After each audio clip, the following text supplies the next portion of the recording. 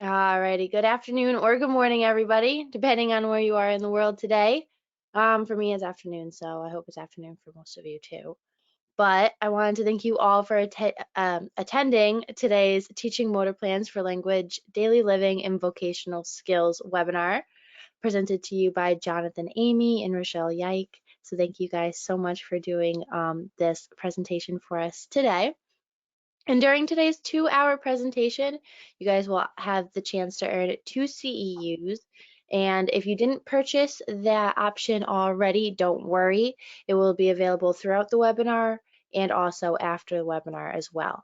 I'll be analyzing all of that data during the morning tomorrow, so you'll probably have an email by lunchtime tomorrow morning about your certificates.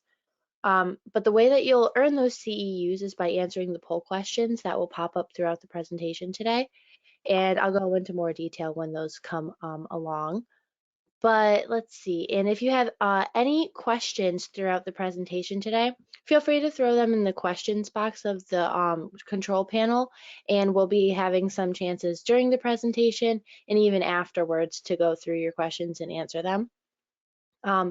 And the handout for today's presentation will be distributed afterwards as well. So you did not receive a copy yet, but you will after the webinar. So just keep that in mind as well. But I think that's all I need to say for now. So I'm going to turn off my camera and turn it over to Jonathan and Michelle. Thank you, Marissa. Well, welcome everyone to Teaching Motor Plans for Language, Daily Living, Vocational Skills. Throughout this full 2 hours, I encourage you all, if you've got questions, chat them away in the box, and we'll get to them as soon as we can. This is meant to be somewhat interactive because there's going to be a lot of content. We're going to try and put a lot out there for you. And I want you to really get a sense of it. If we don't get to your questions during it, please email me. I'm going to put our email at the end, and you can email me, and we'll get to every one of them. I'd like to say thank you first off to Eric and Elizabeth Houghton, Carl Binder, the staff in the Merrimack Education Center, Mary Kovacs, and Bill Helsel. Everything that you see in this presentation is built on the work of all of these people that came before us. We're just standing on the shoulders of giants here. This is based in the work of B.F. Skinner and Ognar Lindsley Jr. as well. And so those of you with a behavior analytic background, you should see a lot of things here that make more sense. But we're going to have it open to everybody. So even if you're not a behavior analyst or a precision teacher, it should make total sense to you anyway. All right, so the thing we really want to touch upon first is the big heart. This is absolutely essential. We're going to make sure that throughout this presentation that we're always honoring and respecting our learners, that we're going to adhere to all of the data, and that we're going to exhibit a love of the chart. Now, Shelley and I are precision teachers, so we're very biased towards the standard acceleration chart, but it doesn't mean you have to use it. So if you find yourself in a classroom, a clinic, a home that doesn't have it, that's okay. We can still find lots of ways to apply the concepts that we're going to be showing you today using whatever data collection tool that you utilize, but data collection is very important. And so as we move with these things, if you don't have a measurement system, we really would love to talk to you about how we can put one in place for you. So this quote kind of sets the stage for us. Only those who have the patience to do simple things fluently will acquire the skills to do difficult things easily. And so a lot of this work is a lot of upfront effort that's done because we're looking at the basic skills needed to engage in these very complex repertoires of vocation and living. This is just a quick example of a component composite analysis. The composite skill is our big thing. You know, it's like taking a shower. This is a common skill that we're asked to teach, taking a shower. And if I try to teach it that way, I'm going to run into trouble. So we break it down into components. We think, what are the components? What are the parts of taking a shower? You know, washing your hair is a component, drying off, applying soap to a washcloth. But there's something below that called a tool skill. In order to be able to wash my hair, I first have to be able to raise my arm up above my head. In order to dry off, I have to be able to bend over, lift my leg. In order to apply soap, I have to be able to squeeze if I have liquid soap, or even to squeeze on to the bar of soap. So those underlie these larger skills that we're talking about. So that's where the majority of this presentation is going to live, in this tool skill section. And so as we move through, think about all of the things that you do during the day. I mean, just from the time you get up in the morning, your alarm goes off. What do you physically have to do? You have to roll over. You have to reach across your body. You have to press a button. You have to swing your legs up out of your bed. Those are the things we're talking about here. Just a couple other quick examples. Playing the piano is our composite. Playing chords would be an example of a component. Tapping the keys would be a tool skill. Washing dishes, a composite. Scrubbing the dish component. Grasping the sponge. And you can see how these are a little bit flexible now, right? This composite component tool can move up and down. So like if composite is getting dressed, putting on a shirt could be a component. The act of buttoning is a tool. But if buttoning was my composite, right? Buttoning shirts, components would be like lining it up. The tools would be the actual pinching of the buttons. So component composites are flexible depending on what you're actually trying to teach. And I want to differentiate just very quickly what a task analysis is versus a component composite. The task analysis is the steps in the sequence. So if we're looking at something like washing hands, we have this, turn on the right faucet, turn on the left, the order in which you're going to do the task, right? And that's usually where a lot of teachers, occupational therapists, behavior analysts, they're all kind of in this situation. What are the steps I need to do? But I'm going to ask you to think about, what are the motor movements I need to do to turn on a right faucet? I need to reach for it. I need to grasp it. I need to turn it. To put my hands underwater, I need to come to midline, right? To dispense the soap, I need to push, pump, or pump this way. Rubbing my hands, I need to rotate my arms upside down, right? I need to move my fingers in between each other. So those are the motor movements that we're going to be talking about specifically today. Now, Eric Houghton, he demonstrated that when you observe critical component skills and they're disfluent, that means they're unable to be performed at the rates that all of us can do it at, they're going to impose ceilings on those composite skills. So if I can't perform like this idea of like moving my hands around like this at a rate of like 70 times a minute, that's going to make it really hard for me to do that larger composite. Solstein and McManus further found that when critical component skills, you develop them to adequate rates through practice or instruction, the composite skills are now capable of being acquired and performed. That brings us to poll question number 1. Okay, everybody. So what are your certifications?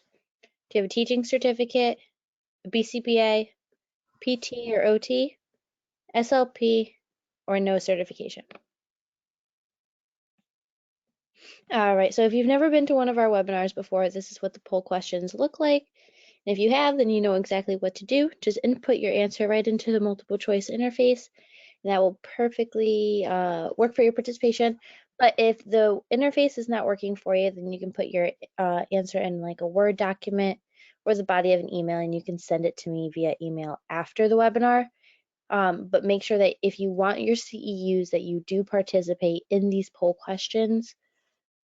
Otherwise, you may not be eligible to earn your CEUs. All right, so I'm going to turn this off in 3, 2, and 1. Okay, so it looks like 10% have a teaching certificate, 73% are BCBAs. Wow. We have no PTs, OTs, or SLPs, and 17% don't have a certification at all. All right. Very cool. So now we are at actual poll question number 2. We're going to do them back to back. Okay, everyone, we're going to keep you on your toes. So what type of setting do you work in? A clinic, a home, or a school? All right, thank you so much for voting so quickly. I am going to turn this off in maybe like 5, 4, 3, 2, and 1. Okay, So it looks like 28% are work in a clinic, 26% say school, and 46% say home. Nice. All right, so we're going to be looking at our motor plan today. We're going to look at primary joint motor control. Yoga, not because we're necessarily big fans of yoga, but how we've applied this in a classroom setting using yoga as a means of a composite skill analysis. And then we're going to talk about the balance sheet. So some ethical considerations, just quick. This is a high-level overview. For everyone's safety, we're not going to ask that you just put your hands on kids and start moving them through like ranges of motion. You know, if you have kids with like cerebral palsy or that have very limited motor movements, we're going to ask that you reach out to us so we can help guide you through that. But this is great for learners. You'll be able to apply this immediately for learners that don't have those very special needs. The other big thing we want to emphasize is this idea of assent. And we have to make sure with all instruction is our opinion, but specifically motor, all programs must only be done with the learner's full assent. And that means that they are willingly engaging with us, full participation. They can withdraw their assent at any time. And if that's the case, we immediately stop the program. So if they're showing us signs, and once again, it's up to the instructor to know the signs, especially when we're working with our non-vocal verbal learners that don't have a way to tell us. We need to make sure that we can recognize how they're withdrawing it. And that's, you know, of course, it's individual for a lot of learners, but turning away, looking down, not wanting to engage. We're not going to ever prompt a kid when they don't want to do it. So that's just a very important, you know, thing that we want to start off with. Now, we look at the things that commonly what I'm asked to come in for and teach is things like leisure skills, like swimming, soccer, and things like that, but also walking, getting kids to stand up and walk around. But as my background's in special education, a special education teacher, as well as athletic training, combining those two together kind of gave me the lens for doing a lot of this work. But in a classroom, in a school setting, this lunchroom is like the whole package for me. You know, looking at what it was like for a lot of the classrooms, the kids would go in before everyone else ate, or they would come in after everyone left. They were not included in a regular lunch period. And I want my students to be included. And so if I look at what's going on here, and I try to think about, well, yeah, it's loud and there's lots of noise and there's, you know, flashing lights and all that other stuff that we can say, yeah, I didn't want to go in because it's loud. But I'm looking more specifically at what's required here. Going back to that turning off your alarm example, what do you see all these kids doing? I mean, just take a second and look at all of the movements. You know, I don't think I can do any kind of graphics on here, but like you have these kids turning their neck and looking at the teacher. They have to turn their neck to look at one another. They have to pull out the chairs. You see these other boys here in the middle balancing trays with one hand, right? And looking and paying attention to what else is going on. You have kids in the cafeteria line that are sidestepping, getting their meals. People have to stop abruptly because someone stepped in front of them or pulled out their chair. It's really overwhelming when you think about if you have any type of coordination issues, if you're not confident in how you move your body, this could be extremely overwhelming, right? So this is what I'm always looking at. Am I training up my learners to be able to navigate this environment so that they can sit with their peers and have lunch? So let's break this down and kind of look at some common examples, things like brushing teeth. You know, you've seen a task analysis on this a million times, and these are just some examples, some things to think about. So with motor, well, think about what's going on with your wrist when you're brushing your teeth, or what your fingers are doing, what your elbow has to do, what your lips, your tongue, and your jaw are doing. Those are all motor movements. And breathing is also a motor movement. Your diaphragm's a muscle that controls your airflow. How do you breathe just through your nose when your mouth is all full of toothpaste? And that's not even getting into the cognitive skills about the rules of brushing teeth, the amount, the time, the rinsing, all that stuff. And using a winter coat. Think about the motor movements necessary to do that. Taking on and off a hook, being able to raise up your arm, take the coat off the hook. What you have to do, just the zipper, the fine motor control. And once again, not mentioning the roles, when to use it, where to place it. I love this example of stocking grocery store shelves. You know, vocational skills were commonly, this is a common thing that kids do, young adults do. But if you look at this woman as she's stocking these shelves, look at all the stuff. She's turning her neck and looking up. She's reaching up. Her fingers are splayed. Her elbows bent, balancing the other objects. Does she know how to gently put a carton of eggs on the shelf versus a jar of spaghetti sauce versus a bag of noodles? Those all require different forms of motor control. And if you struggle with that, this job's going to be really hard. And then, of course, we get into some of the cognitive skills like matching and sorting, lining up items, cleaning up. So how do we teach this stuff? Well, we go to Tiemann and Markle, the early body fluency learning outcomes, and the stuff we've learned from the Merrimack Education Collaborative. Tiemann and Markle showed us that, and this, I don't want to spend a lot of time on this, but the general idea is that we need to look at the psychomotor domain and specifically the single responses, because those single responses are what we build into chains. And those chains then become kinesthetic repertoires. And that all occurs prior to working on the cognitive tasks. So we want to make sure that we're focused and we're always thinking about, what are the psychomotor movements I need? How do I do this stuff? Markle and Tiemann talked about psychomotor as these things. It suggests that muscular movements are under deliberate control. They talked about good coordination and timing require the brain to initiate a smooth sequence, which fire the muscle cells in the right order at the right time. So sometimes we might see kids doing things, but it looks discoordinated, like they're putting something on the shelf, but it just doesn't look smooth. So I wouldn't call that fluent. So just because they can kind of do something doesn't mean it's fluent. It needs to be smooth. It needs to look coordinated. The other key piece is it's never learned by talking or seeing. You can't just pick up a skill by watching Tom Brady throw passes all day long. You have to actually get the ball in your hands. You actually have to do it. And the practice should consist of many repetitions. You know, using the football example, athletics get this. Athletics get the fact that you need to practice things.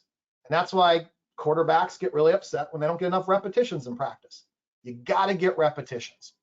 And as precision teachers, we're biased towards the chart because fluency practice allows us to get many, many repetitions in a short amount of time. Ultimately, though, the goal is to shift the learner to the kinesthetic feel of the movement. They know what it feels like. They can actually feel their muscles contracting through the range of motion. So what we're going to do is we're going to start with large muscle groups. We're going to look at the shoulder, we're going to look at the torso, and we're going to look at the hip. And we start with the big muscle groups first because that's what develops first. And we kind of look at infants and the way they develop, right? We see that parents get really excited when kids roll over for the first time and they're clapping and they're cheering and it's a big deal. We reinforce this stuff all naturally. And whenever they start to push themselves up a little bit in the crib and they turn their neck and it's all kind of wonky and they look at us and then we smile and make it a big deal. You know, so they're developing that torso, they're developing their core. It's called the core. It's really important. Then they get those shoulders and they're getting their neck. We sit them in a height chair and they're kind of just sloppily reaching for stuff, swinging wildly. It's all a mess, but we don't yell at them. We don't scold them. We encourage them. We say, oh no, it's right here. Here you go. There's the mashed potatoes. Get it in your mouth. It's all over their face. We don't make it a big deal that they can't do it, but we encourage them, we reinforce it.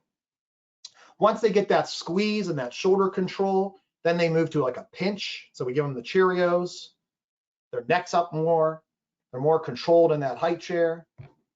So you kind of see where this is going. It goes from gross to fine to oral. And this is the general progression. We would start with the shoulder first, would move to the elbow, then get to the forearm. then the wrist, and then the fingers. So if I see that a learner is struggling with their fingers, that's not where I start. I back up the chain. And I say, are they able to move their wrist okay? If they can't do that, then I go up to the forearm. So we're always going to meet the learner where they're at. We're going to start with what they can do. We're going to start with their strengths, and then we're going to move them towards where we want them to be. So teaching on the chart, Kovacs came up with a prompting sequence that starts really with what's called a touch do, a full guide. And so it's maximum guidance. I mean, it's just where the learner's just kind of limp, hanging out, and we help them through that range of motion with their full ascent. And it's the same kind of idea as that, once again, in athletics. You learn how to swing a baseball bat. The coach comes up behind you, they set your feet, they put your arms up, and then they help you swing that bat for the first couple times, and then they start to fade off. And it's the same principle here. And so with the touch do and the touch free do, which is like a nudge, where once you're kind of doing it for them and you feel the muscles contracting and you feel them doing it, you give them a little nudge. Say, okay, we're going to just give you a little help now. Not the whole thing. We're just going to just kind of get you through it.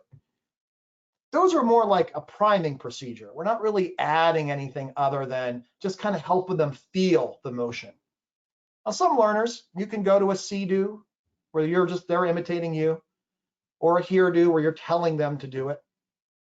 Those, very rarely do we use those, because those are like true prompts. Those are adding something extra that we don't want to really add that extra stuff.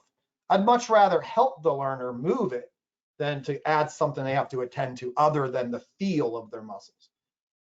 And ultimately, a free do is what you want the learner truly doing. It's all on their own. They're raising their arms all by themselves. We put everything on the chart from the very beginning. Something that motorically, it's easier to do things bilaterally first. That means using both sides of your body at the same time. So if I want a kid to be able to raise their arm up in class, say, ask a question, or to be able to raise something up to put it on a hook, or to reach a shelf above them, instead of working on one side at a time, I'll have them do it both sides. It's just easier initially to do it that way.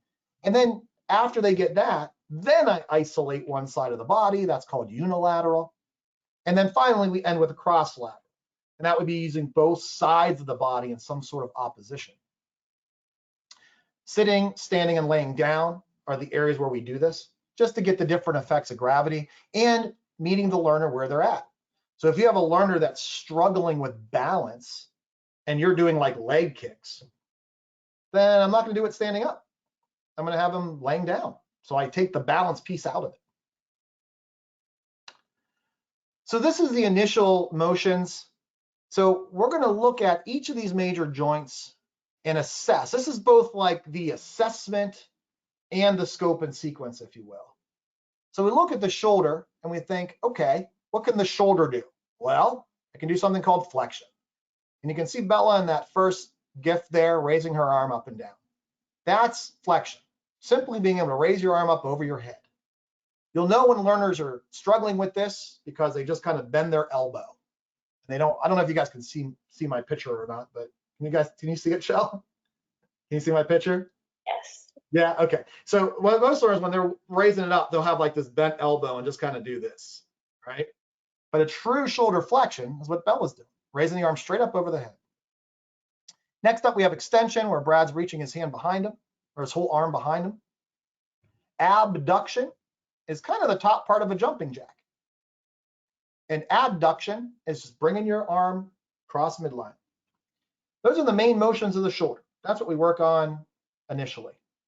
And just think about, like, well, why in the world would I need to do these motions? Like, what kind of stuff do you do in your day that require you to do these things? And we start to sit and think about it, you're like, wow, I really do reach behind myself a lot. Pushing a chair out, getting myself up from a chair, right? Reaching behind the back seat, putting my book bag on. All of these motions show up in so many ways. So these are the mastery guide on the bottom. These are like the typical aims. These are not written in stone. Not 3-year-olds don't have to do extension at 85 per minute, right? But these are the general aims, if you will, that allow most people to be successful in a typical environment, right? But your aims might be different for your learners based on the environments they're in. These are some other extended motions that we'll work on that are really important. Elevation of the shoulder, just a shoulder shrug. You'll know learners are weak at this whenever they kind of put their head down and just kind of do this. Internal and external rotation are the hardest motions to do for most people and for our learners. These are just, we kind of call these bike signals. And then a full rotation is being able to move your arms and rotate them. So here's an example of how we run this in a clinic. This is a learner who's just doing bilateral shoulder flexion. Second timing and we're 8 and 10 seconds. When you're ready, please begin. Good, Ben, keep going. Good. So you can see how he's running that. Near the end, you saw what he did. He bent his elbows. It got really hard for him. When he started off, it was looking really nice. Is that something we need to work on with him? Yeah, probably. Now here's another learner that was struggling to get through that full range of motion. So you saw that picture of Bella running her arm straight up over her head. This learner couldn't do that. So we met him where he's at. So he could do half of the motion, starting in front all the way up.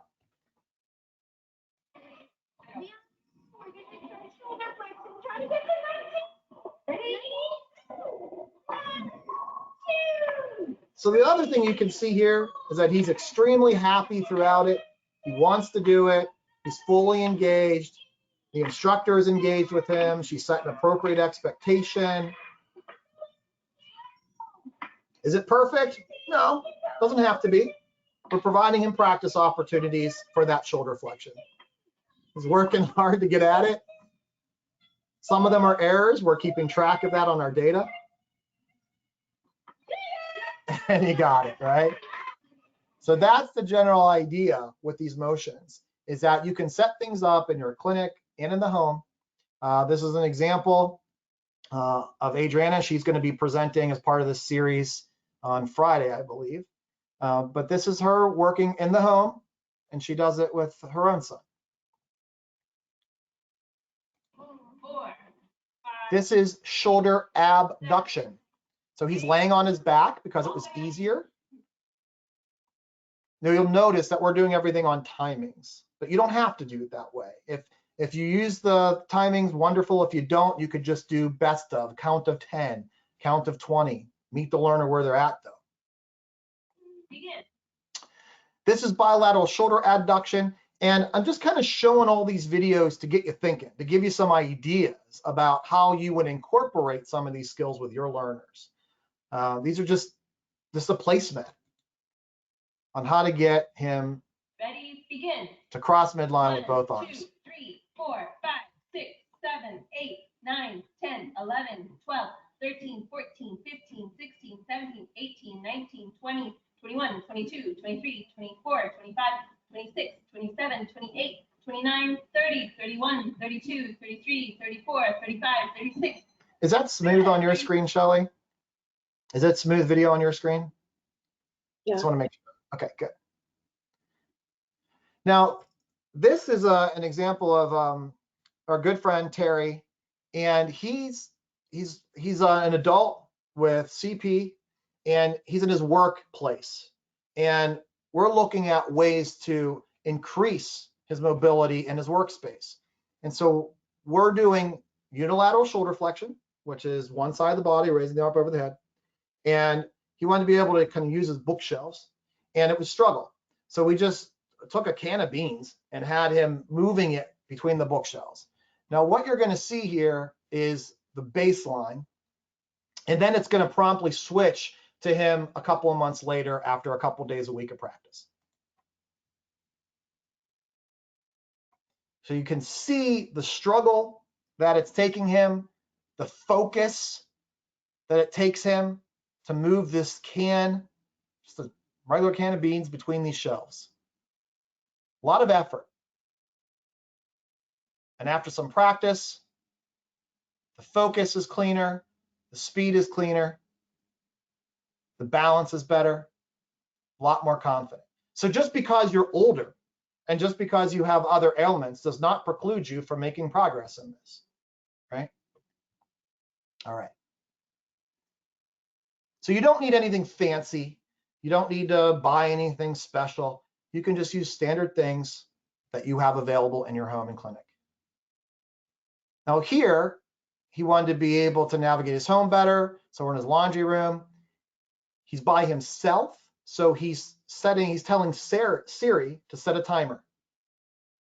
And then Siri runs the timer. So he's able to do timings on his own. And this is simply the shoulder abduction, being able to move that shoulder away from the body. And it was just use a cabinet. If you're into the chart, I'm not going to spend a lot of time on charts, but I'll show a couple just to show you how we can do that. If you are a precision teacher and want more information on this, please reach out to us, okay? But it's very easy to take data on. Elbow and forearm. Here's the base motions. You want to be able to do flexion at the elbow. That's a basic bicep curl, right? You'll know when learners are weak at this because they'll use their back and they'll just kind of keep their arms solid. You want them just bending at the elbow without using anything else. The other big one is at the forearm. It's called pronation and supination. And it's simply, Brad's holding it up like this just to demonstrate it better, but it's technically, if you have it at your side, see if I can get in the picture, and flipping your hand over like this, okay? And that's pouring. So the act of pouring something is pronation and supination. It requires a great deal of control. This is why little kids are always spilling things when they're pouring it. Not because they're lazy, not because they're not careful, not because they're not paying attention. It's because a lot of times that it's very hard to slow down your movement to accommodate changing volume in a container. It's the same thing with writing. That's why kindergarten paper is really big and college rolled paper is really small, because you get better at controlling and slowing down your muscles once you initiate a movement. All right, here's an example of bilateral elbow flexion. You can see him using a little bit of his back there. No big deal. We're not going to punish him for it. We're just going to shape towards our more appropriate movement. But that's the general idea of bilateral elbow flexion. Here's what it looks like unilateral. So he's just using simple hand weights, but it takes the bilateral to get to the unilateral. Okay. Wrist is a little complicated because a lot of people are going to struggle with this radial and ulnar deviation, this one on the right side. It's really hard to isolate the wrist to do that, but that's a basic swiping motion, and it's really important for handwriting. So let's start with the extension. If your hand's flat on a table, it's just raising your hand up. That's extension. And if your hand's hanging off the edge of a table, moving your hand down is flexion. You'll know kids are weak whenever they want to use their whole arm to raise it, when they have trouble isolating just the wrist motion. Ulnar deviation is moving towards your pinky side. Radial deviation is moving towards your thumb side. And it's so named because of the bones in your forearm. Here's an example of a combined wrist flexion extension movement where she's providing a light guide, meaning he's just hanging on and he's doing most of the movement, and Adriana's just doing a small little bit of movement with it. So we combined both of these together.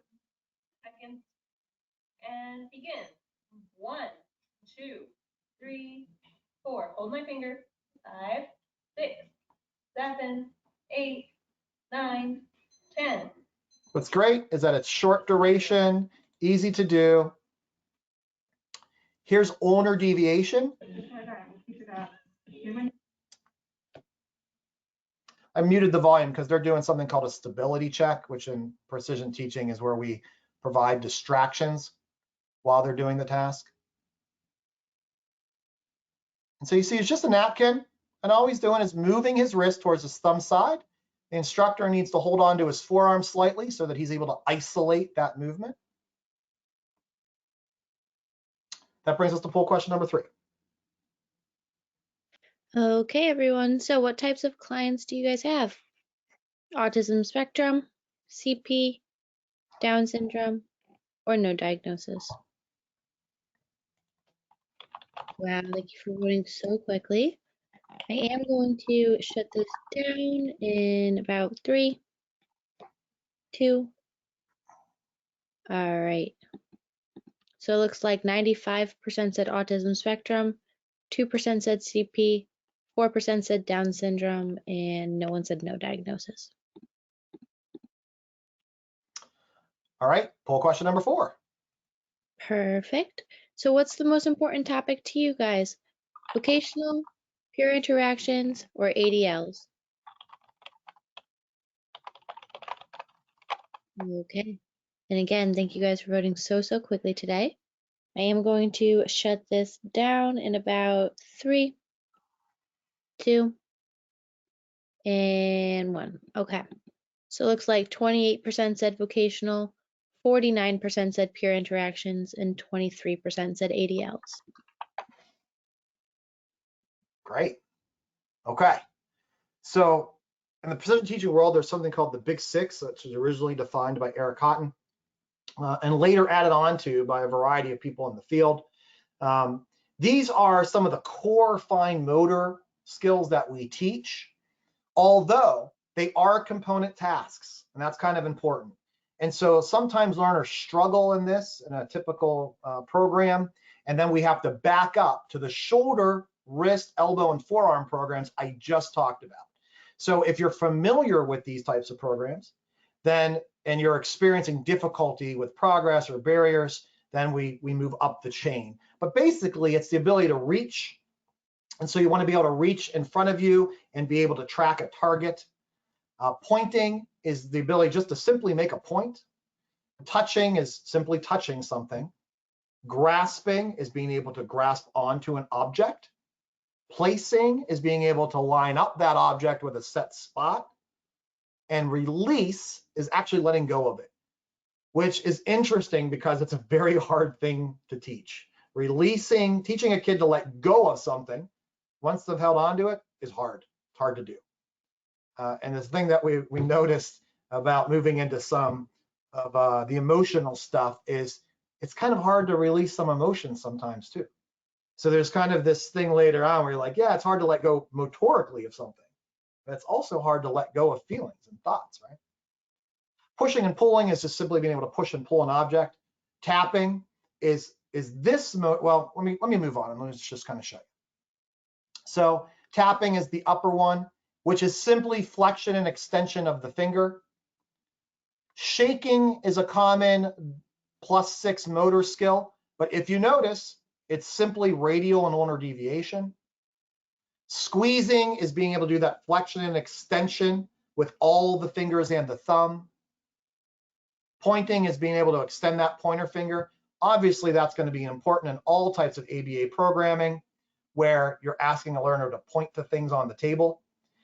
And then pinching is being able to open and close the thumb and pointer finger fully.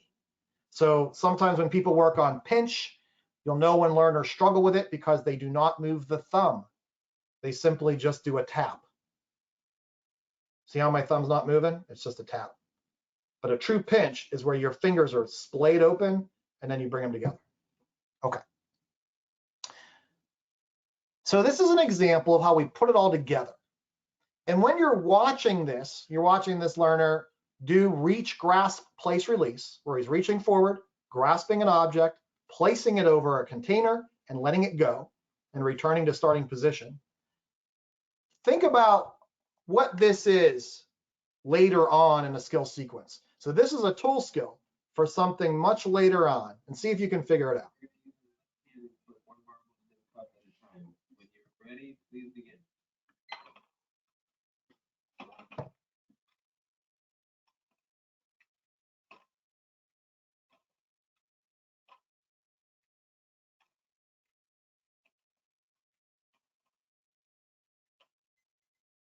All right. So learning that skill is really helpful for, if you guessed it, kudos, it's handwriting. So you're picking up your pencil, you're crossing midline, you're picking it up, you're returning back to starting position, you're putting it back down. That's handwriting. Now, this learner obviously had a lot of skills, was very attentive, could manipulate the point of the pinch to pick those up. This learner, we're going to meet him where he's at. The container is closer to the balls. They're softer and easier to manipulate, and he's got a grasp. So the skill is still the same. You can see how happy he is doing it, how quick it is. That's what we want, right? So that's the type of learning we want to see him do. We didn't force him into any type of position where he had to do it a certain way. We just knew that we wanted him crossing midline, reaching, grasping, placing, and releasing. This is an example of reach. Adriana's moving her hand through space. He's tracking it and making, he doesn't have to make contact with it, although it's fun to do high fives. But the general idea is that he's tracking that in space. Here's how we combine the reach point. Now, if you're doing typical ABA table work and you have a field in front of the learner where you're asking them to point to different objects or different things, this is clearly a prerequisite. If your learner is struggling with reach point, they're going to have trouble identifying things in a field, potentially, because the reach and the point aren't fluent. So they might just pick things that are closer to their body. So all we did was move a laser pointer dot. He's combining that reach that he did, combining the point. So we typically start off with this to make sure that this is not a barrier for kids identifying things in a large field. An example of how we do it on the chart. Unilateral shoulder flexion. So in this case, we've combined the shoulder flexion and the reach, grasp, place, release, just using some socks and some bookshelves. A common task is something called SAFMEDS, where learners look at cards and they have to identify things on the cards. Or even if you're just doing regular flashcard work in general, the kids better be able to manipulate the cards. And so all we're doing here is practicing the pinch, the slide, and the put down, while the other hand is holding on to the cards. It's a really complicated motor movement. But if you're going to be doing things with manipulables like this, you better make sure the learner can motorically do it. So we practice it.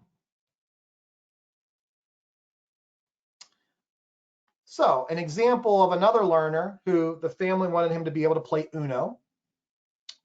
And that means dealing to his family. You can see how he was just learning how to maneuver the cards.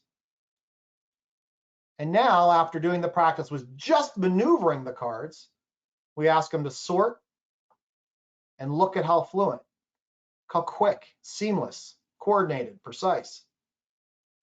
Right? Is he going to be more likely to play Uno? Yeah, absolutely. There you go. Another common activity is Elizabeth's phonemic awareness program and sentence segmenting program, which she may be talking about in a future webinar. But in order to take part in that, you have to be able to manipulate blocks. Here we go. Ready? Here we go. Listen to mom first, and then you move the blocks and say, ready? Where are you? Samuel came in. Look down. Good job. High five. So you can see immediately how the reaching, the grasping, the kind of pulling and pushing were instrumental in order to take part in this cognitive activity. If those were barriers, if those motor movements were barriers, she wouldn't have been able to do this, right?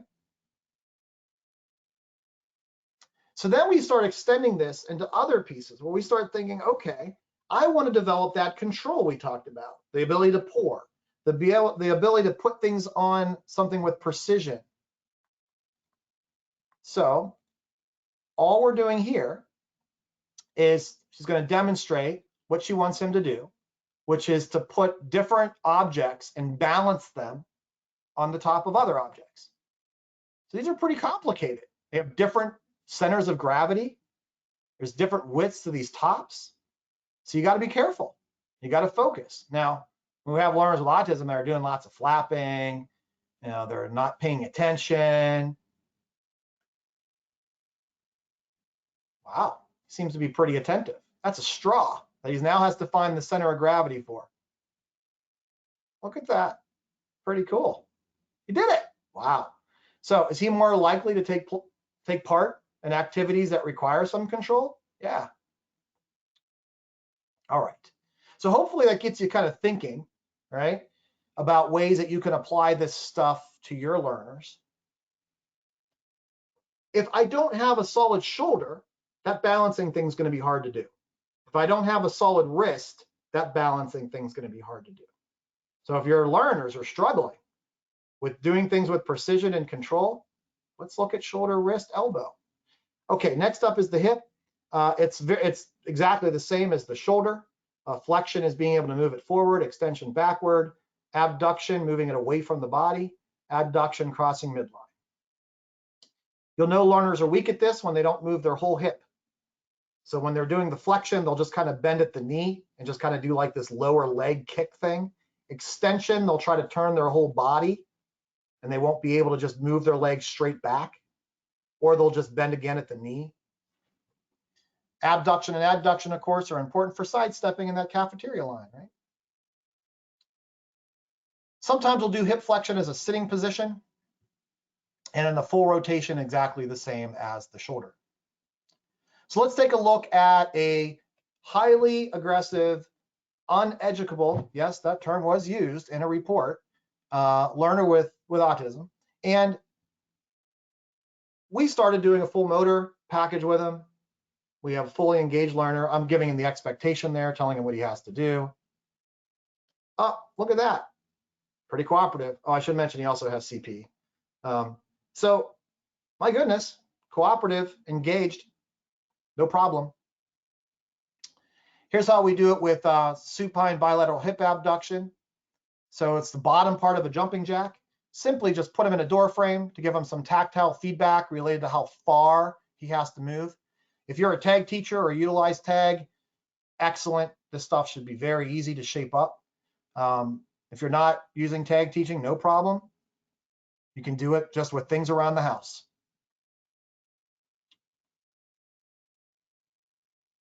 Now he's doing jumping jacks after we did the top part and the bottom part and worked on jumping separately. Put it all together, you get a jumping jack.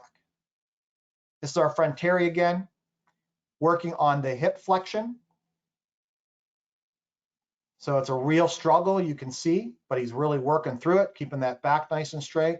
And we're just using the bottom part of a pull table because that's about the height he could bring it to comfortably. So that's what we're going to practice at. Left, right leg, ready. Now you're going to see her, it looks a little wild. It's like, oh my goodness, it's like she's really moving them. But this is a full maxi guide of that hip, right? He was totally fine with it. He's got some tight hamstrings and he was smiling through it. So, and she was not hurting him. But yeah, it does require a little bit of practice. I'm just going to fast forward because there's some demonstration here with it. Okay, just like that. Please begin. So what she's doing is combining all of the hip control. He's doing it as a see here do. Full control around the hip. Once again, highly aggressive, you know, kicked out of other programs kind of guy. Fully attentive, high rate, hip-based motor movements. But it required all the other things to do first. The other thing I'd like to accentuate on this is the value of a team. And so having the team, and this is, you know, like an RBT, who once they learn how to shape behavior through motor programming, they are now instrumental in coming up with things to do. And so we were struggling with getting that hip add and abduction with this learner. And so she came up with the idea of cutting out some feet on the floor and putting some colored Post-it notes on his feet to help him move through this motion. It's very creative, and it worked really, really well. And so this was the initial pro. This was her just trying it out for the first time. And she's just giving him a little bit of guidance. Now he's got the underlying tool skills there. We know he can do these basic movements. So all we needed was just a little bit more in order to get the idea. Now you'll see on the return trip, you'll see what he does.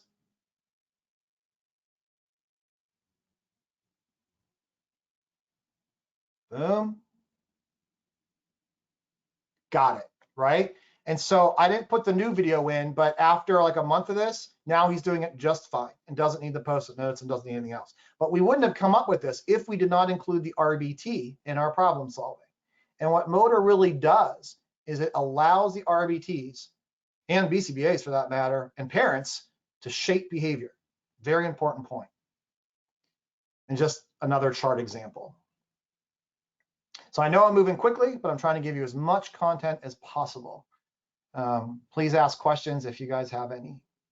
Torso base motions, flexion. This is the most important movement that we try to get from the very beginning. It's the core, and it's the ability to just bend over and touch the floor from a seated position. It's important that the learners start where they're at. So if they can't get to the floor, you would put something between their legs that they can get to, a bucket, a shoebox, something like that. You don't need anything special. Extension is bending the back backwards. Lateral flexion is simply sliding your hands down the side of your body and moving to the side. Think like picking up a bag next to your chair. And then twist, just like the song. And these are the typical mastery guides on the bottom, what you should be able to do with those motions. I'm going to skip over the before just because of time. The before is just him, struggling to do it. And then we have the after. So she's given him an expectation. Here we go. Please begin. 1, up, 2. See, he's going between his legs. He's getting the full range of motion. 4, all the way up. We want the learner to always come back to a full seated position. Keep going. It's nice and comfortable. It's smooth. It's coordinated. Wonderful. Get called in a lot with learners that have trouble with staying in their chair. They're always getting up out of their chair. They're slouching in their chair. They're falling down in their chair. Always look at torso first for those kind of things. So here's ways that we build it. If you are a charter, we start with repetitions first, build success there. We add on more repetitions, and then we move down to a countdown measure to build endurance. And if you are interested in these types of techniques, please email me. Sitting torso components. So you noticed the RGPR that we did with the other learners at the table.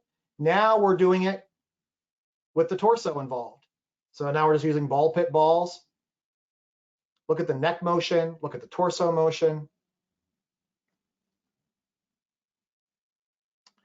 Here's a way to build torso flexion and extension with a light guide.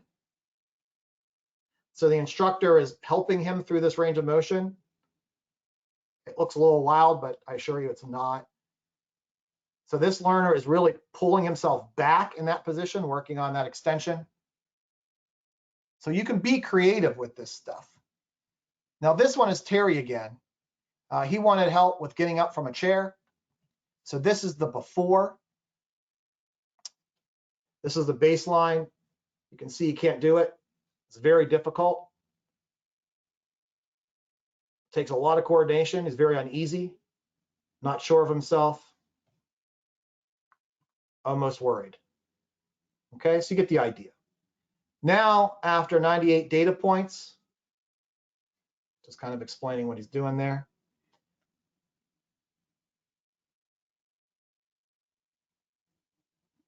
much different, right? More controlled, not stressed. He's got it. And so working on those basic hip motions combined with a specific program for getting up out of the chair was effective in getting this, okay? So you can apply this stuff to any type of learner and any condition. Please begin. 12 o'clock. 3 o'clock. Now you can hear Adriana calling out the parts of a clock. 12 o'clock. Just look at the motor skills needed to do this, right? He's twisting, all the shoulder motions. It's hard to see his neck, but he's moving his neck. And then this eventually turned into go to 6, go to 9, go to 3, go to 12, and it's all randomized.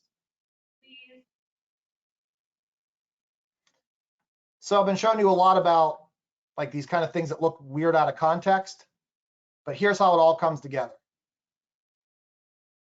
So daily chores, let's put away our laundry.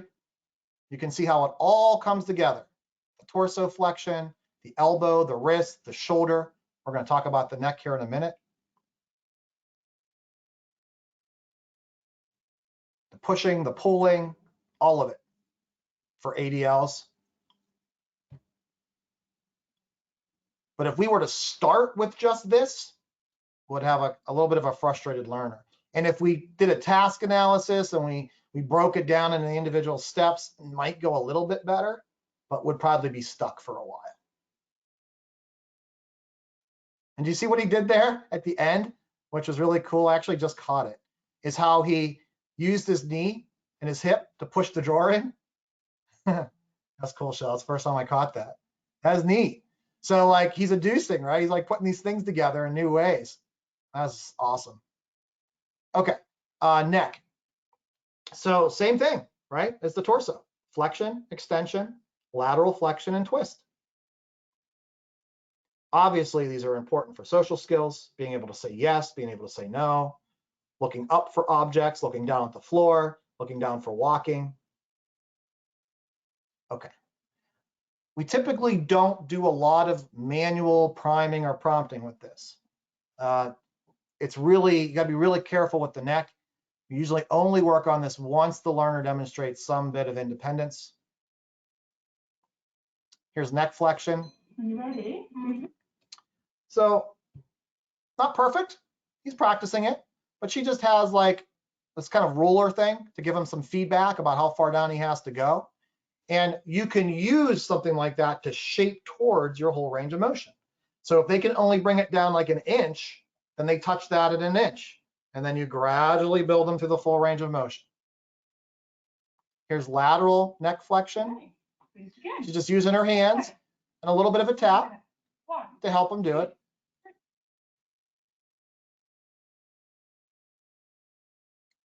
Once again, you don't need anything fancy. We're just providing little tactile tags, we call them. It's just enough just so the learner knows how far through the range of motion they have to go. And once again, you saw the smile at the end there too. Moving on to the knee. The knee base is just flexion. Can only do one motion, just like the elbow. And we do something called butt kicks. Learners love it because they get to lay on their stomach and kick their butt. Here's what it looks like. Yeah, you do it. That's all they have to do. It's a really easy one to do. It's also a really easy one to prime if you need to.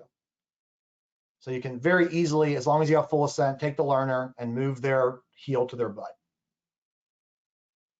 And here's an example. Ready?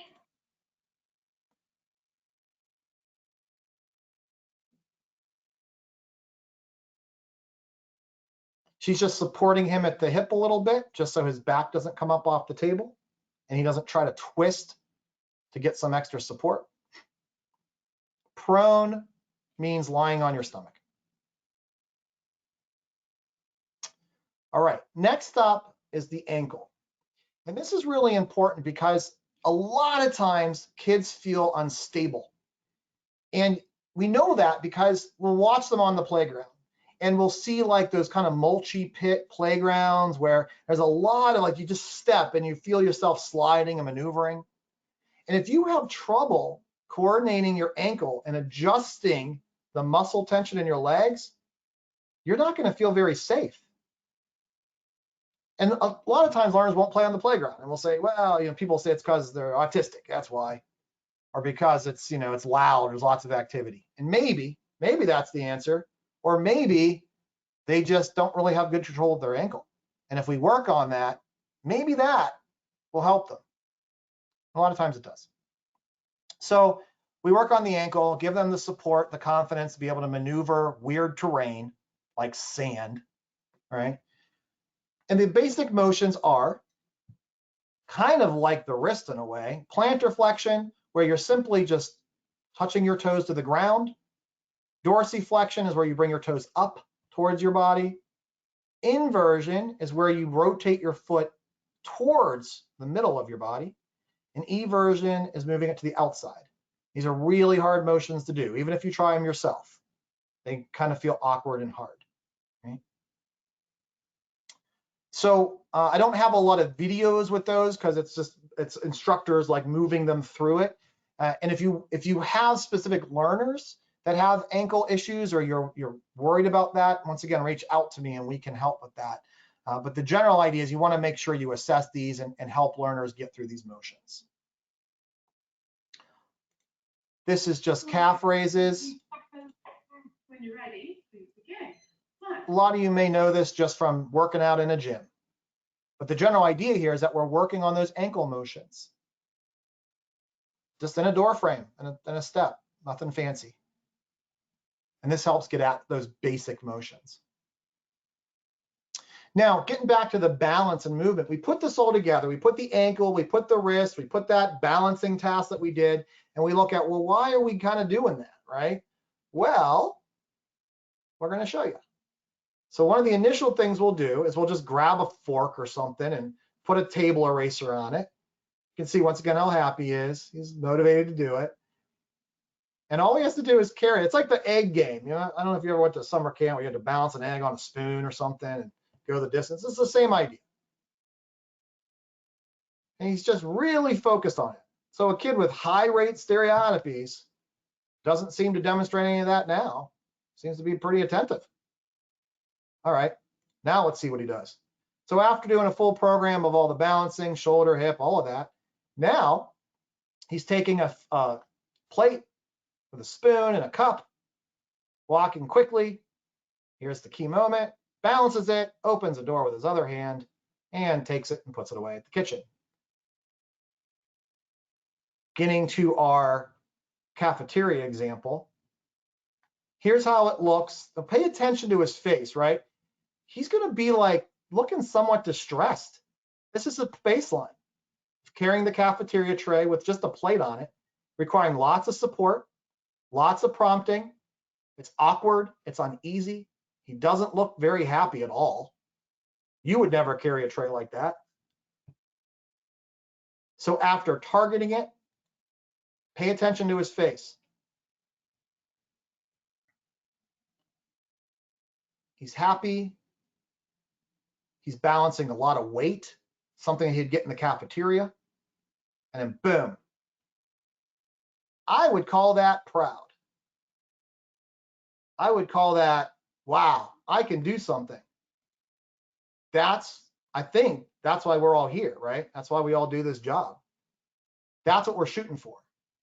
And that's what building up and shaping with the learner's strengths will get you. All right. This is the fun. That was just another transition video, but just in the presence of time. Now, we're added stairs. We've added obstacles. We've added weights. There's a bean bag. There's a hand weight. Up and down steps, turning around, rotating, putting on a table, no problem.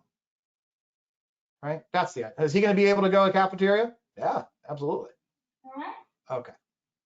So just quickly, we kind of look at yoga, just as an example. Like, not because I'm a big fan of it, but if we look at this motion, the tree pose, this is being able to reach up on a shelf and grab something, right? And be able to balance while you're doing it. These are all the motions that kind of go on when you have to do that. Looks pretty technical. Whoa, here's all the muscles involved. That's a lot going on just to be able to do that. Here's what it looks like with our highly aggressive guy. Whoops. So our highly aggressive guy kicked out all the classrooms, following a simple direct instruction method just to kind of get these poses. Boom. Wow, pretty cool. We can use that for anything now. He can put all the motions together. He's got it. This is a classroom of very cute kids now, but kids that were kicked out of every other placement they were in because they couldn't sit still, they were throwing things, biting people, all that. Okay, that's what we're gonna do. When we first were going to film this, the teacher was going to lead it. But this learner said, can I do it? They're like, sure. So he's coming up with all this on his own. And all of these kids are imitating him on their own, all right, without any other thing. So it's important that recognize that we worked on all the tool skills. We built a very constructional, looking at what they could do, building it from there. And this is the kind of stuff you get.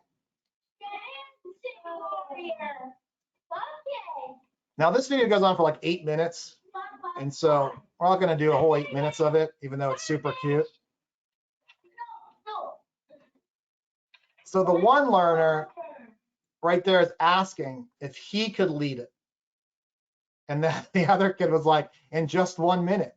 And he did. He goes on for another minute, and then he lets the other kid lead it. So now we're getting all this social stuff for free. We never taught them how to do that stuff. It just comes online for free, which is really cool. Okay, so that's the basics of motor. Those are the things to ideally think about as you kind of put things together. And so how do we think about these things? I just threw a lot of information at you, gave you a ton of things.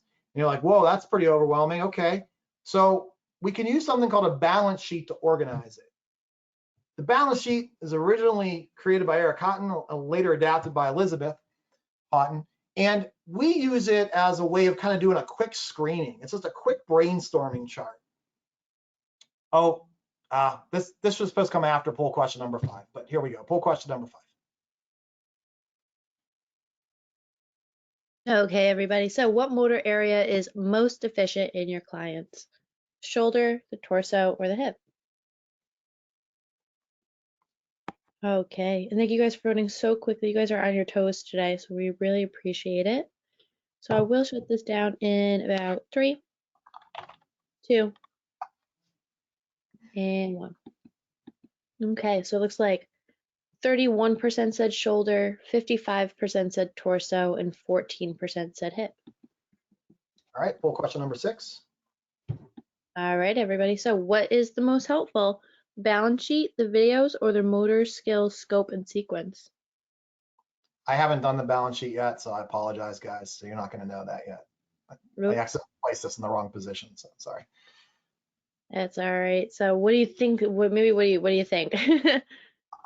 But I will shut this out in 3, 2, and 1. Okay.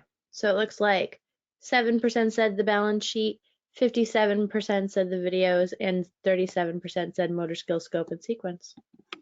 All right, so let's go over the balance sheet and maybe you'll change your mind. Okay, so it is a brainstorming sheet. It's going to allow us to troubleshoot barriers to teaching a skill. It's going to help us rework some of the ways that we're working on things. And I'll kind of show you in a minute here. Let's see. So if our topic is toileting skills and our pinpoint is wiping bottom, which is a very common one, we got to look at what are the application for that? Like, why are we working on it? Seems obvious, like personal hygiene, cleanliness, health. But there's another one, like friendships. Like that's an important element for maintaining friendships. The foundation skills is we try to problem solve. We try to think about, okay, what are all the things I need to be able to do that? And it requires a team. One person, you could do it yourself and you can describe it. Now I put all the technical terms in here, but you could just be like, oh, bend at the wrist, reach behind, pull toilet paper. You can make it as user-friendly as possible. But it goes better when you have a team of people that can, because people are always going to think of things that you don't. And then we just list them out. So now we take those foundation skills that we had, that we came up with, just talking it out. We write them out and we assess them. It becomes our screening. So we know after talking about wiping bottom, I need to be able to shoulder extend, I need to be able to reach behind. Now, once again, we're biased towards precision teaching, but we're going to find an aim for that. That's what most people can do that. We assess it with our learner, and they can do it 76 times per minute. It's easy. So we don't need to work on that. We look at elbow flexion, and they're at the high end of the aim, which means that's a really good strength. That's something that we could use where they might not be bored, where they're just, it might carry them into the program. They're like, oh, I can do that, no problem. And so we might practice that to get them excited. Then we look at the wrist flexion extension, and we know that the aim is 180, and they're well below that. But they can do it independently, right? So this is a good place to start. This is something they'd probably be willing to do. I look at torso flexion, the bending over, touching the floor.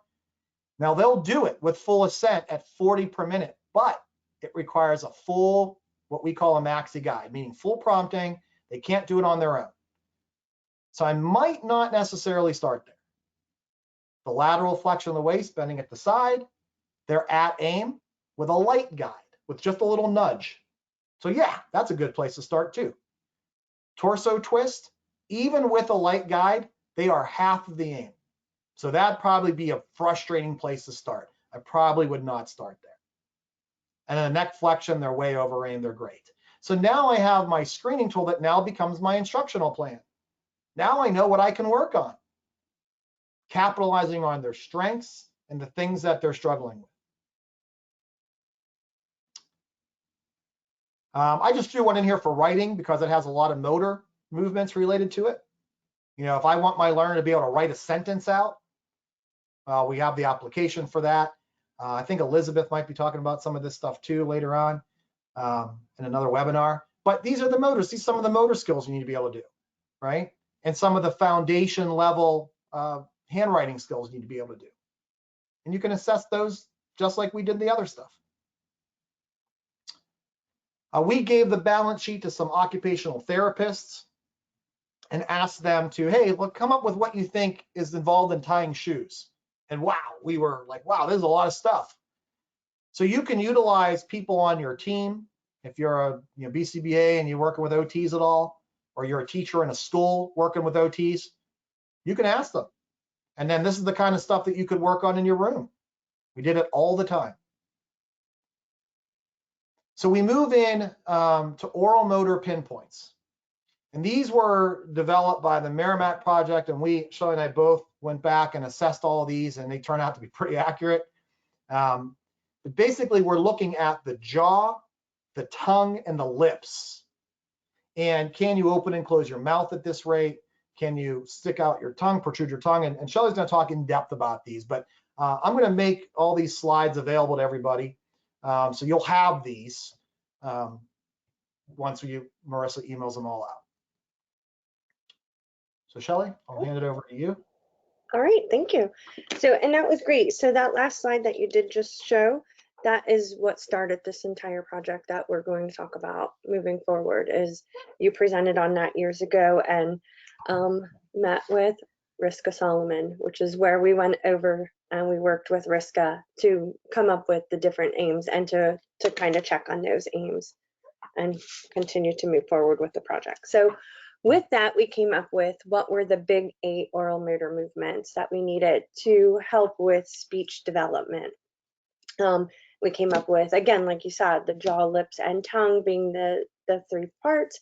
So open and closing of the jaw, lip closure, lip rounding, lip retraction, and then the tongue, lateralization, elevation, and protrusion.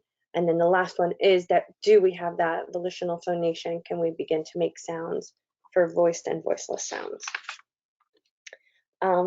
So each program that we used, there were set protocols that were developed with various stages that we were able to complete. So we were able to move through these programs using this tool, using certain tools to get the mouth or the tongue or lips into the position that we needed them to be in, and then we were able to transfer that to a tactile cue, and then eventually for see-do or free-do, so imitation or being able to do it independently.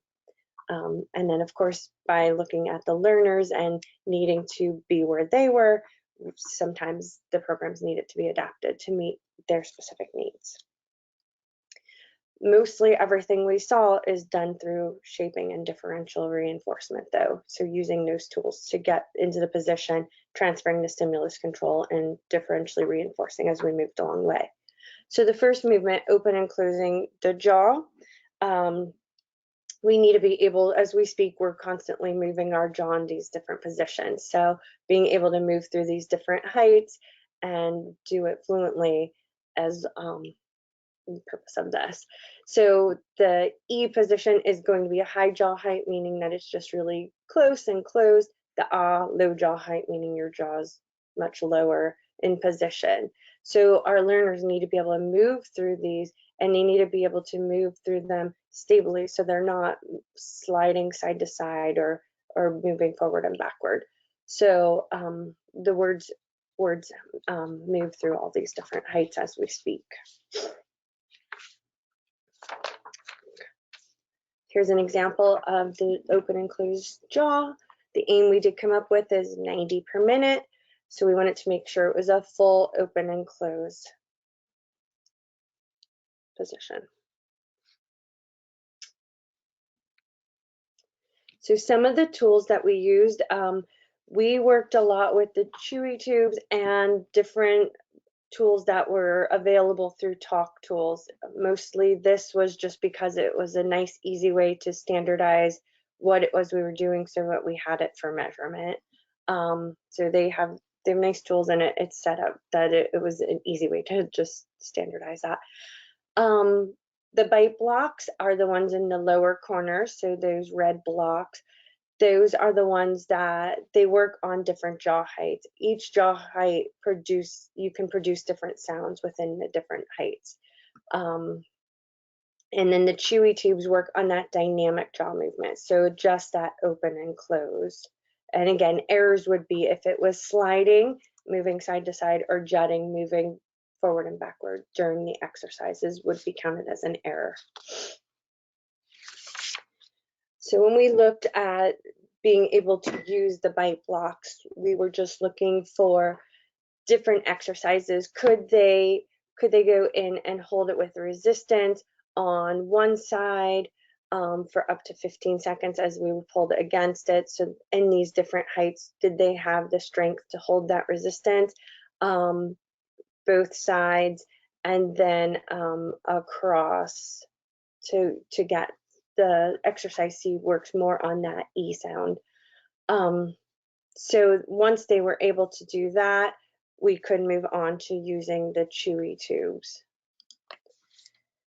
So that's the next one. So the red Chewy tubes are for wider jaw movement, and the yellow ones for narrower jaw movement.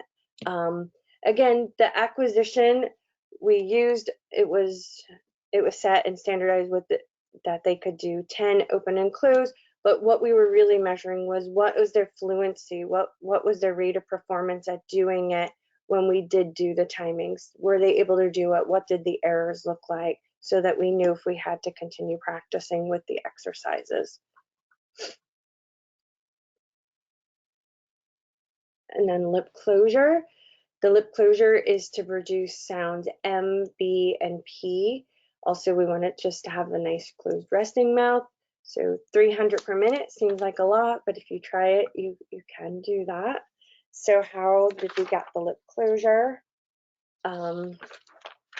Different programs we were able to use was, again, some of the tools allow for a vibration that we were able to produce a little bit of stimuli on the lips and be able to reinforce that. We used the horns that were available, and then the lip press is here, but we didn't actually really use that one. It's a program that can be used.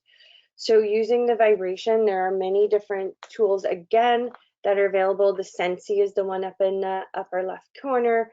When that's turned on, it vibrates, so then we can put that stimuli against it. And the Mickey Mouse ear, for some of the learners, you can put edibles on, like peanut butter or something, so that then they also get that reinforcement when they close, and then fade out the reinforcement to a tactile cue, such as fingers on the lip, which then you could fade out in front as an SD, and then do it as a C-do later, then paired with the sound for M. Another way that we work through is using the different horns that are available. The different mouthpieces within the horns have different shapes, so that helps to begin to shape on the rounding of the lips. So the first one being easiest, it's nice and round.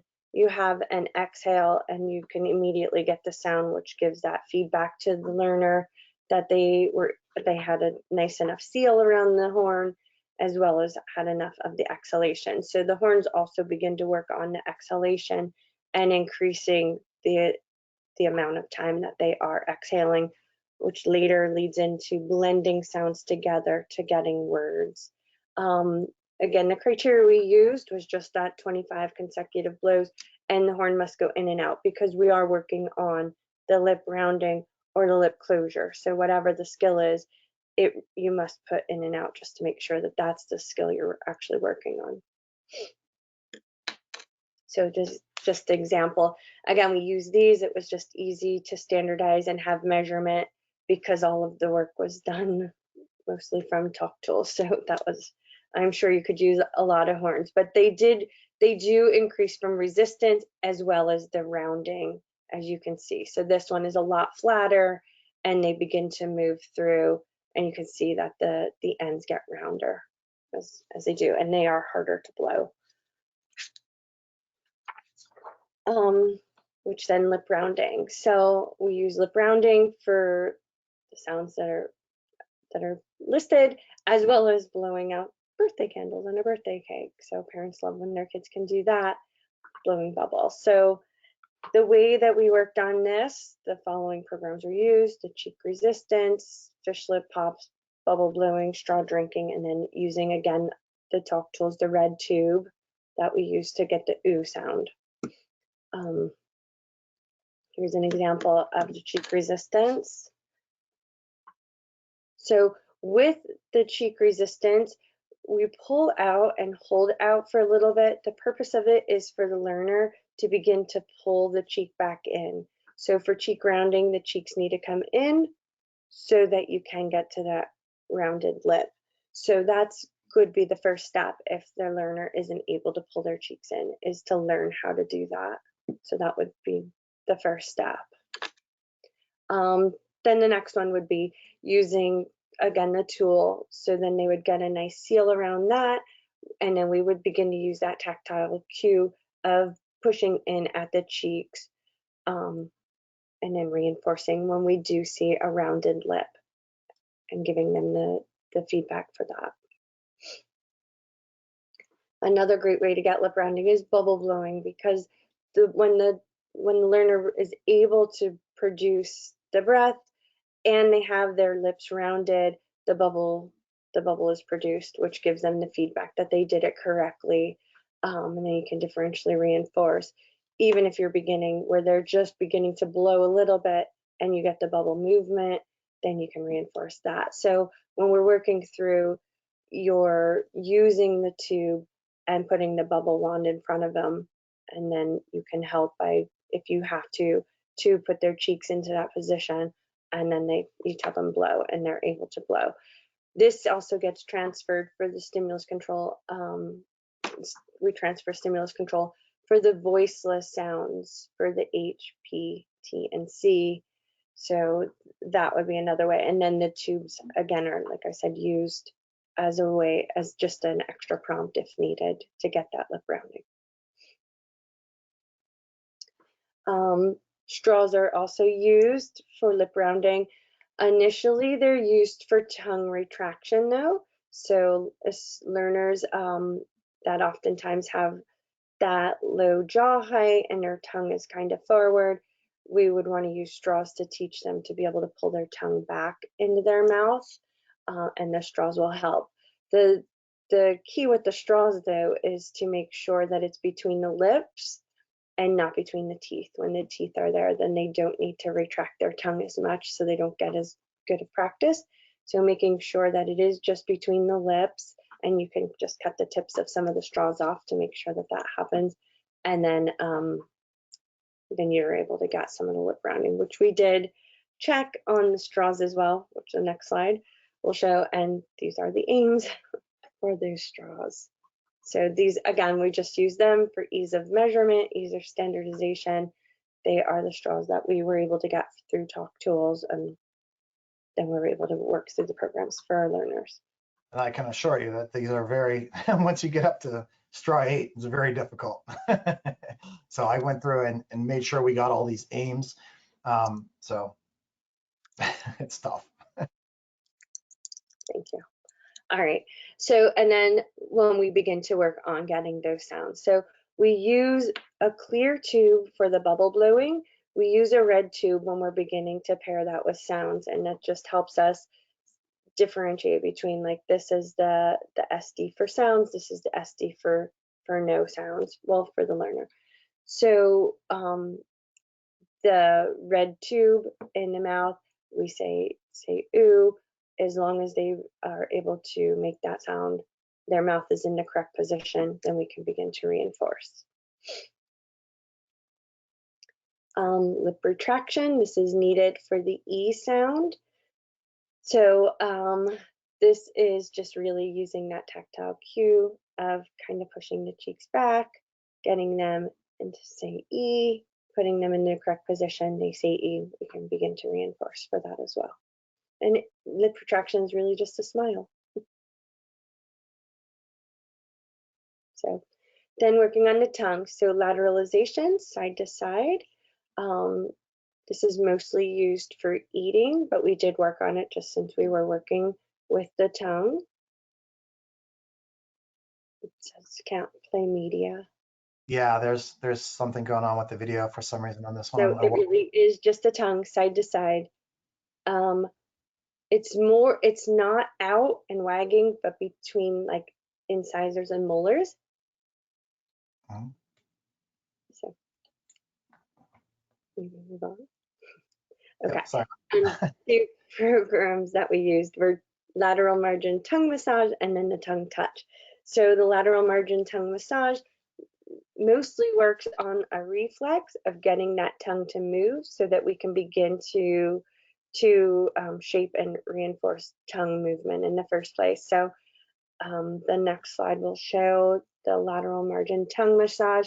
So it's using this tool, rubbing it alongside the back of the tongue, turning around, saying touch, and when the tongue moves, being able to reinforce the tongue touching the tool.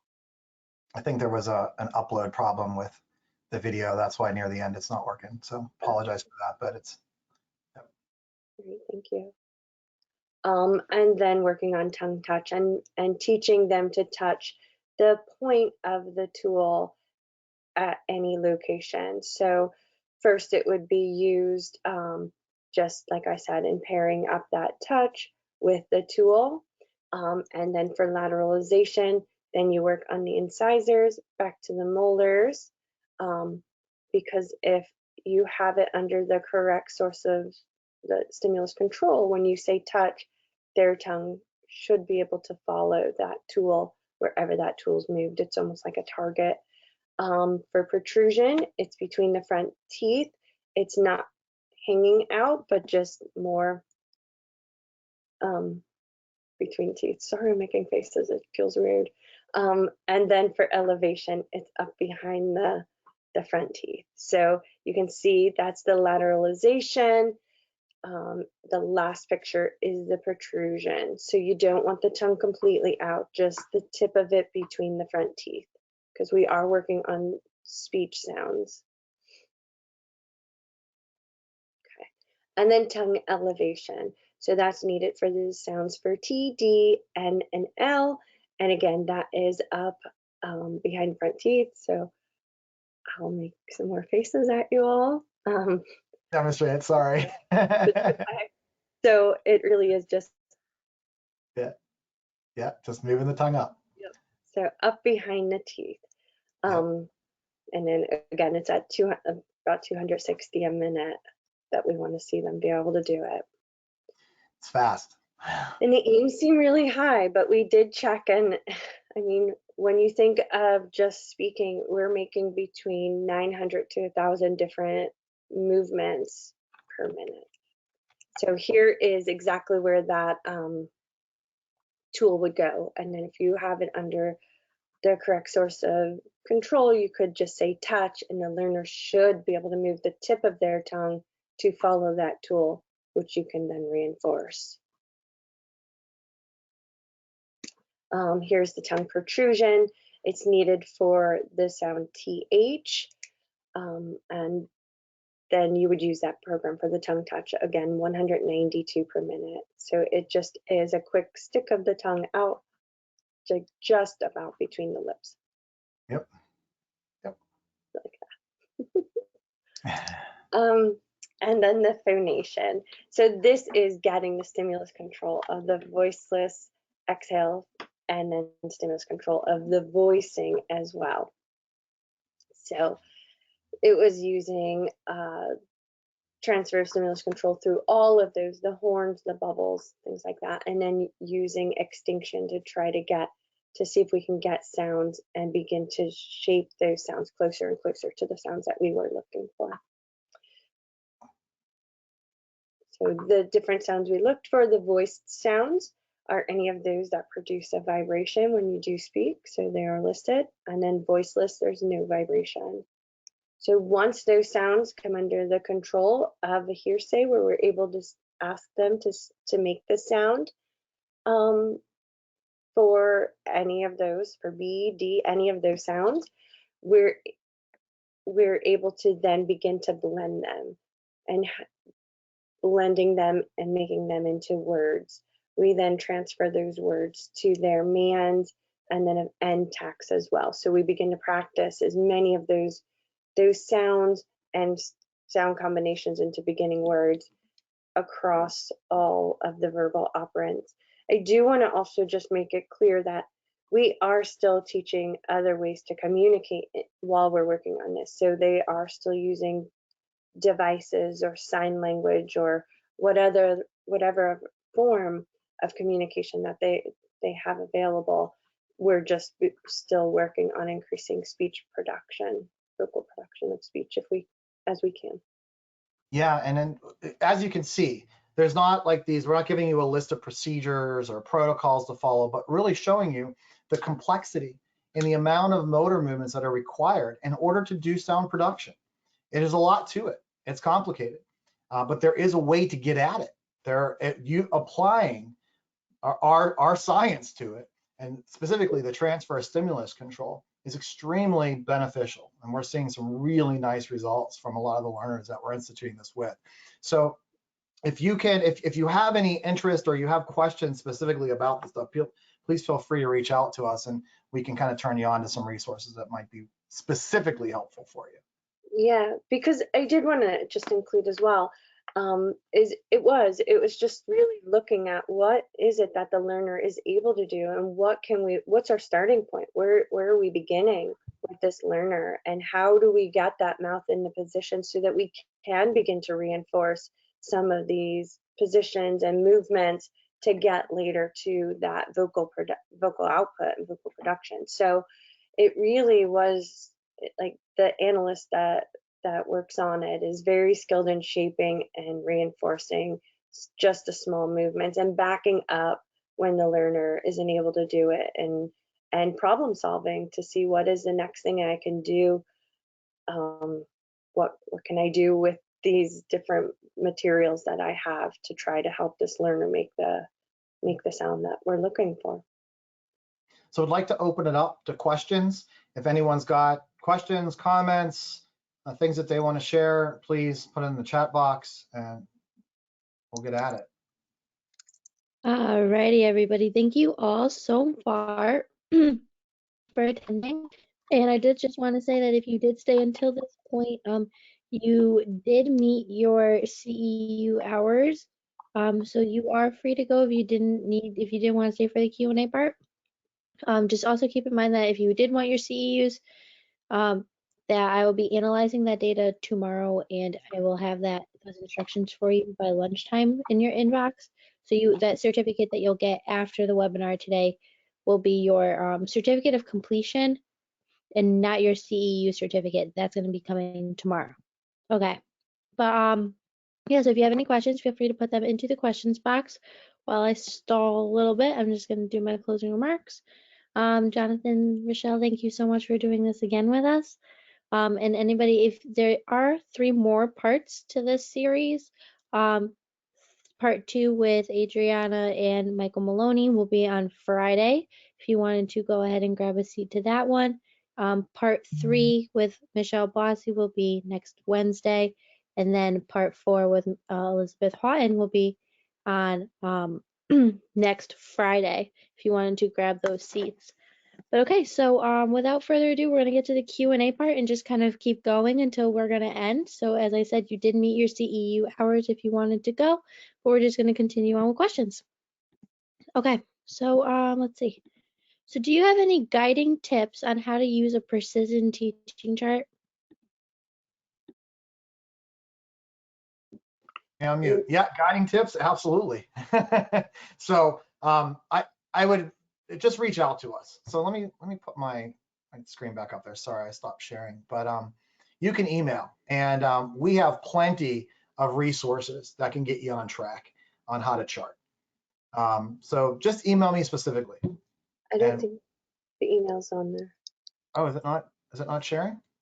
It's the website and the YouTube. I don't see the email. Oh, it's heartthechart@gmail.com. Heartthechart@gmail.com. Thank you. Alrighty. So do OTs use these strategies to work on motor movements? Yes. And so we've done webinars for OTs in general and their organizations devoted to that. And yes, they just need to be kind of cued in on it. Once they start doing it, they love it. So we work with OTs all the time to do this stuff. Awesome. So it seems like the learners are enjoying the motor movements and social interactions. Can you comment on if you think components of the program were functioning as reinforcers?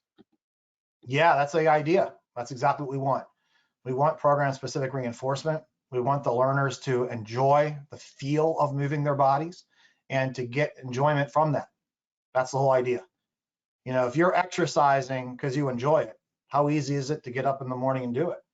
If you're doing it because you think you need to do it, oh, it's so easy to quit running and working out. You gotta love it. You gotta like it. And the cool thing is that the kids are getting, once they learn how to move your body and you feel confident and comfortable moving your body in your environment, that is reinforcing, right? Like, wow, I can get access to stuff. And we're building these cusps that once kids get to them, man, you just start seeing them. And sometimes parents get really mad at us. They're like, well, now they're going in the refrigerator all the time. They're going into the cabinets. They're great. You know, they're getting all their own food. You know, they're going into shell. They're getting stuff. Like, that's exactly what we want. So, yeah, absolutely. Awesome. All right. So for a child that can't jump, what exercises can I work on to build up to jumping? Yeah, so we'd look at where are they currently at? So where are they now? What are they currently doing in regards to jumping? And so sometimes with kids, we'll get those ankle movements and the hip movements specifically under really good control, getting them to like do those knee raises, getting them to get up on their tippy toes. There's lots of strategies we have for that, depending on what that learner is currently able to do.